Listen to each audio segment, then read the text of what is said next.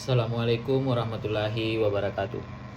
Perkenalkan, nama saya Rian Hikmawansa dengan NIM 34223016.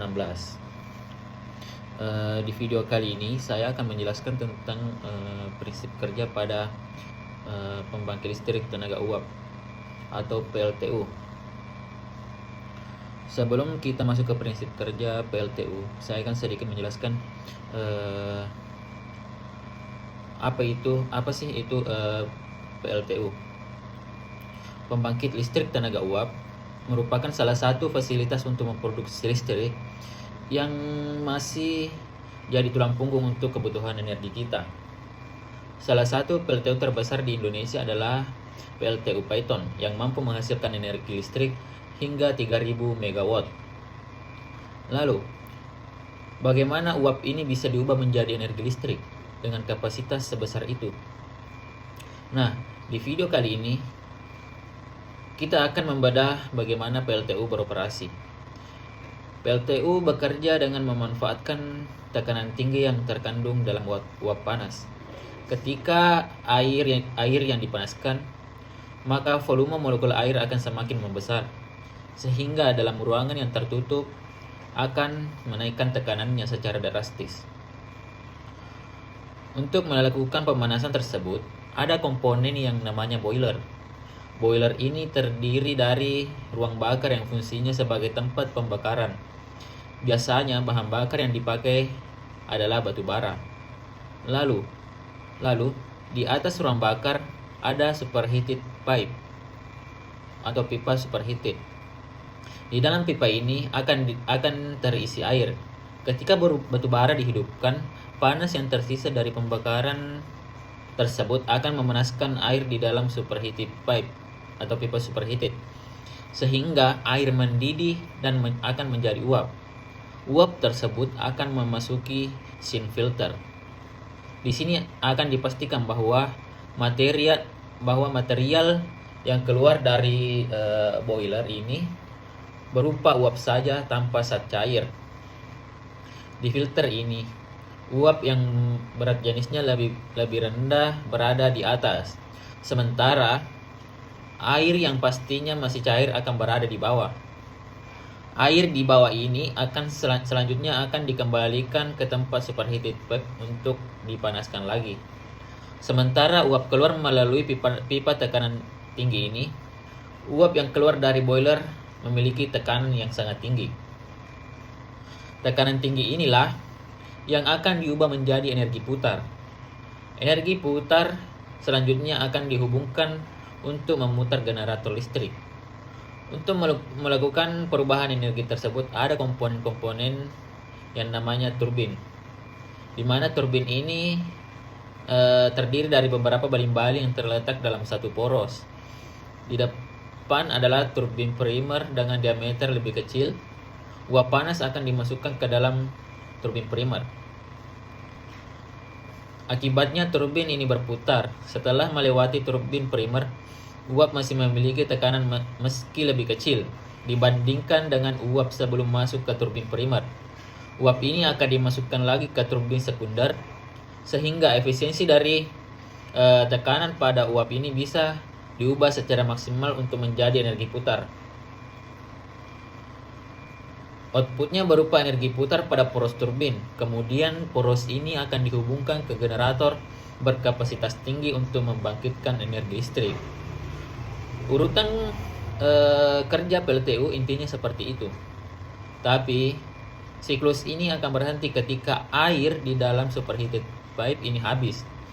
Agar siklus ini terus berlanjut, maka uap panas dari turbin sekunder didinginkan untuk dimasukkan lagi ke superheated pipe. Mengapa harus didinginkan? Seperti yang saya katakan sebelumnya, PLTU memanfaatkan perbedaan tekanan yang disebabkan oleh perbedaan besar molekul air saat fase cair dan fase gas. Jadi, yang ada di dalam superheated pipe ini harus sedingin mungkin agar molekulnya kecil, sehingga ketika dipanaskan perbedaan molekul akan terasa sangat signifikan. Untuk melakukan tugas itu, ada komponen yang namanya kondensor. Ini dalam kondensor ini akan terisi air dingin, lalu pipa uap dari turbin sekunder akan mengelilingi air dingin di dalam kondensor ini, sehingga sisa kalor pada uap akan pindah ke air dingin. Ini akan membuat air di sini turun suhunya mengecil molekulnya dan turun tekanannya. Dalam fasenya juga akan berubah menjadi cair. Selanjutnya akan dipompa ke dalam superheated pipe. Setelah itu, siklus pemanasan air akan terjadi lagi, sehingga uap panas bila terbentuk secara berkelanjutan selama ruang bakar terus menyala. Namun air dingin ini akan lama-kelamaan juga menjadi panas karena menerima kalor, sehingga perlu ada proses pendinginan air disemprotkan di bagian tengah menara pendingin. Itu akan melepaskan panas ke udara bebas, sehingga kita akan melihat uap yang ngebumbung dari menara pendingin ini. Lalu di bagian bawah menara pendingin ada sumber air dingin. Biasanya ini terkoneksi dengan sumber air seperti sungai. Air dingin ini lalu dipompa ke kondensor, sehingga air di dalam kondensor akan selalu dingin. Itu adalah siklus dasar dalam pembangkit listrik tenaga uap. Energi yang berasal dari bahan bakar yang diubah menjadi panas melalui proses pembakaran. Panas yang tercipta akan diubah menjadi energi gerak untuk menggerakkan generator. Sementara air di sini fungsinya hanya sebagai media untuk memaksimalkan efisiensi pembakaran.